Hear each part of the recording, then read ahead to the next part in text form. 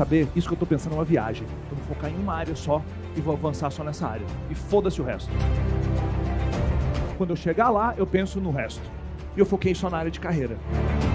Passei uma década focando só na área de carreira.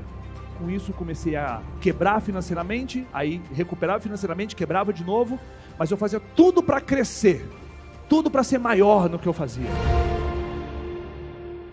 Isso é uma motivação guiada pelo quê?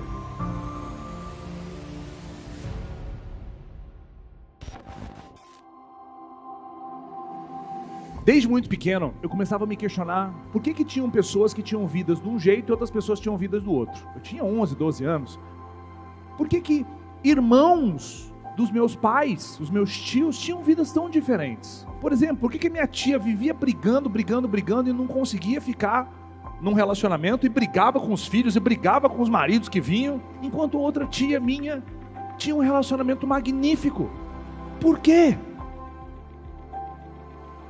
Aquilo vinha na minha cabeça, mas aí já começava a brincar, aquilo sumia da minha cabeça. Por que tinham pessoas que passavam dificuldades financeiras extremas, enquanto outras pessoas tinham uma segurança financeira magnífica? Enquanto uns tinham que estudar em colégio público, porque o pai não tinha dinheiro, e o outro conseguia estudar num colégio melhor, com uma infraestrutura melhor, com material escolar melhor. Eu ficava, por que eu tenho esse caderno desgraçado e o outro tem um caderno muito melhor que o meu? De onde vinha isso? Por que algumas pessoas experimentavam coisas tão diferentes da vida? Algumas pessoas tinham tanta felicidade, outras pessoas viviam experimentando tristeza, depressão. O que gera isso? Nos últimos anos, essa tem sido a busca da minha vida. O propósito da minha vida está ligado a isso, a descobrir quais são os padrões que levam pessoas a ter vidas abundantes, viver uma vida épica, e como que é possível fazer para se conquistar isso. Quais são os padrões comportamentais que levam pessoas a construir vidas abundantes, enquanto algumas pessoas, a maior parte delas, estão lutando para vencer em uma área só, e não estão dando conta de vencer em uma área só. Ou quando vence naquela uma área, essa pessoa percebe que ela venceu ao custo de destruir todas as outras áreas.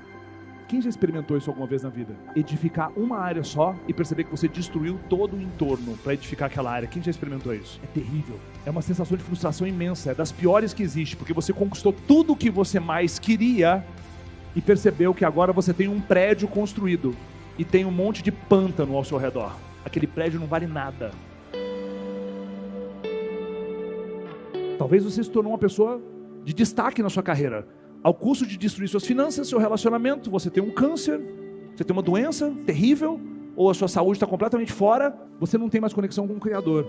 Mas parabéns, você é o número 1, ou os 10, entre os 10 maiores do Brasil em relação ao que você faz. Não vale a pena. Quantas pessoas já conseguiram isso?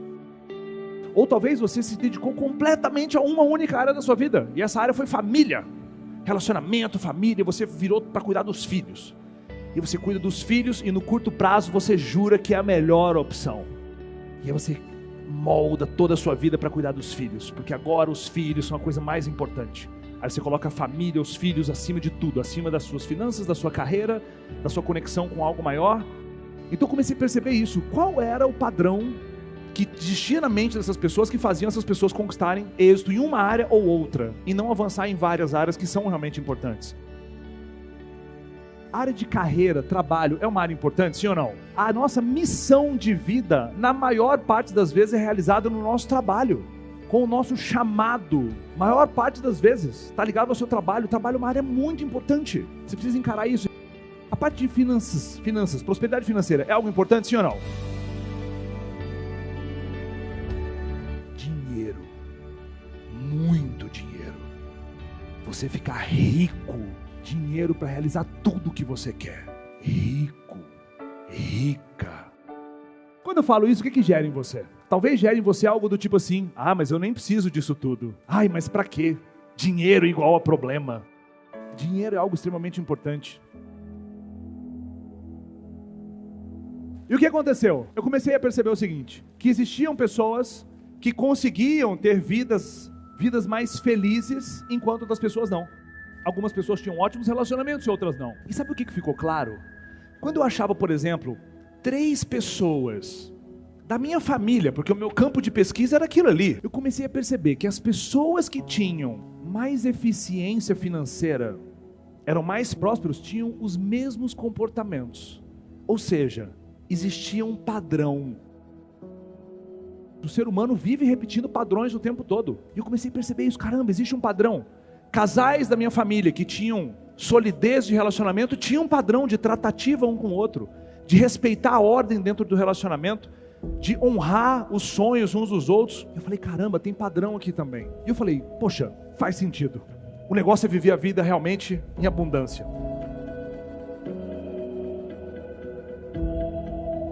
E quando eu comecei a falar sobre isso, o que as pessoas disseram para mim? Que isso era o quê? Loucura, não tem como.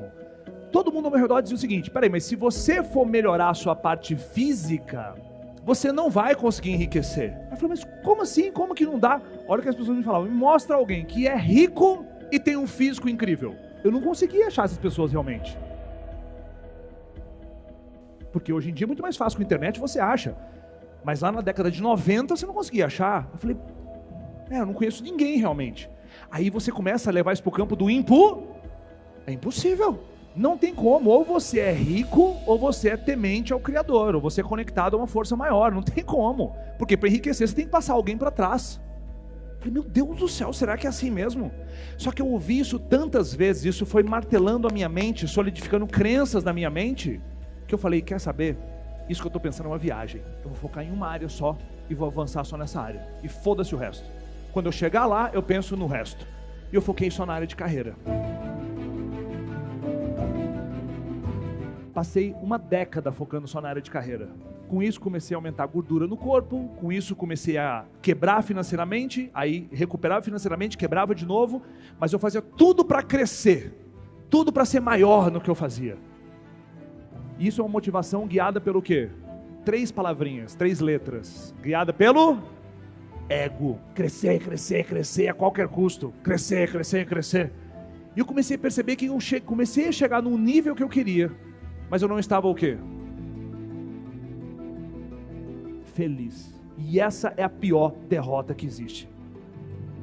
Porque eu olhava ao redor, era só problema. Problema no relacionamento, problema na convivência com o Gabriel, meu filho, problema em relação a finanças, problema em relação a sentir um vazio aqui dentro. Tá errado. Aí eu comecei a ouvir a minha voz e parar de ouvir a voz das pessoas lá fora. Eu comecei a pensar, cara, e se eu realmente voltasse àquilo que eu estava pensando lá 10 anos atrás? De entender quais são os padrões e buscar alimentar um pouquinho cada área toda semana. Cuidar um pouquinho de carreira, e um pouquinho de finanças, um pouquinho de relacionamento, um pouquinho dessa parte de saúde e energia, um pouquinho de espiritualidade, mas um pouquinho só. Toda semana, para sempre, como seria? E aí eu experimentei algo magnífico. Porque o que aconteceu, na minha crença era, se eu deixar de colocar toda a minha energia no meu trabalho, eu vou deixar de ter êxito. Se eu diluir a minha atenção e minha energia com outras áreas, eu vou perder potência. E aconteceu o oposto. Aconteceu o oposto. A vida começou a ficar integral, a vida começou realmente a ser mais abundante. E isso é uma jornada. Eu venho experimentando isso na minha vida de 7, 8 anos para cá, fazendo ajustes, 7, 8 anos para cá. E isso eu quero que vocês entendam. Quando vocês virem o resultado que alguém está tendo, provavelmente esse resultado não foi construído em 2 ou 3 semanas, 2 ou 3 meses, 2 ou 3 anos. E eu comecei a não mais ouvir as pessoas, e comecei a focar no meu jogo. E sabe o que começou a acontecer? As pessoas começaram a se aproximar e perguntar assim, cara, como que você está conseguindo? Porque eu não estou conseguindo fazer isso, aquilo, mas como que você está conseguindo? Eu falei, caramba, tem um caminho aí. Existe um caminho aí. E quando você começa a perceber, é como se fossem pequenas orquídeas. 5 orquídeas. Que você não precisa colocar muita água nessas orquídeas. São algumas gotinhas todos os dias. Algumas gotinhas todos os dias. E essas orquídeas começam a florescer. São as 5 áreas da sua vida épica. E o que começou a ficar claro para mim também? Muitas pessoas experimentando algo muito ruim e complexo. Falta de propósito. Acordar de manhã e saber, para que eu estou vivo? E a beleza de construir uma visão de vida épica, de uma vida abundante em todas as áreas, pode, a partir de agora, ser o norte da sua vida. Essa é a coisa que mais importa. Não é a opinião do seu marido ou da sua esposa. Não é a opinião dos seus pais. Não tem a ver com o ego de ter que faturar mais e mais e crescer para ser maior que as outras pessoas. A única coisa que importa é a sua visão de vida épica. Porque ela abrange 5 grandes áreas. E a resposta está lá. É a visão do que eu quero, do que eu mereço, do que eu vou criar. E essas pessoas se inspiram através disso. Vai te dar medo se você vai atingir aquilo, sim ou não? Claro que vai. Por isso eu quero que você acesse o máximo de abundância. Abundância significa, eu posso ter uma coisa e outra. Escassez tem a ver com, se eu tiver uma coisa eu não posso ter outra. Isso é um ambiente de escassez versus um ambiente de abundância. Eu posso ter uma liberdade financeira e sim, eu posso fazer trabalho voluntário. Eu posso ter liberdade financeira e sim, eu posso ter tempo para minha família. Eu posso cuidar muito bem da minha saúde e sim, eu posso ser conectado ao Criador. Se eu acredito que isso é impossível é porque eu não sei. É só isso.